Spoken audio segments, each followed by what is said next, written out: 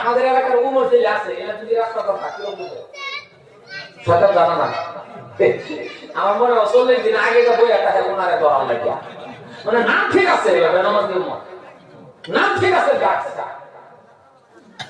সাহাবাদের ভিতরে ছিল বাবা তাকওয়া, সাহাবারা আল্লাহর রাজি করছেন। হযরত ওমর বাবা সব সময় খালি নেকির কম্পিটিশন করলো।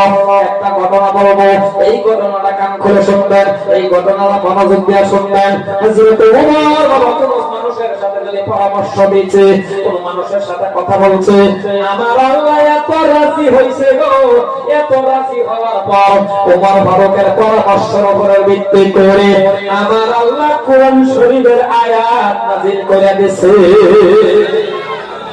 কোন সময় কোরআনের আয়াত করে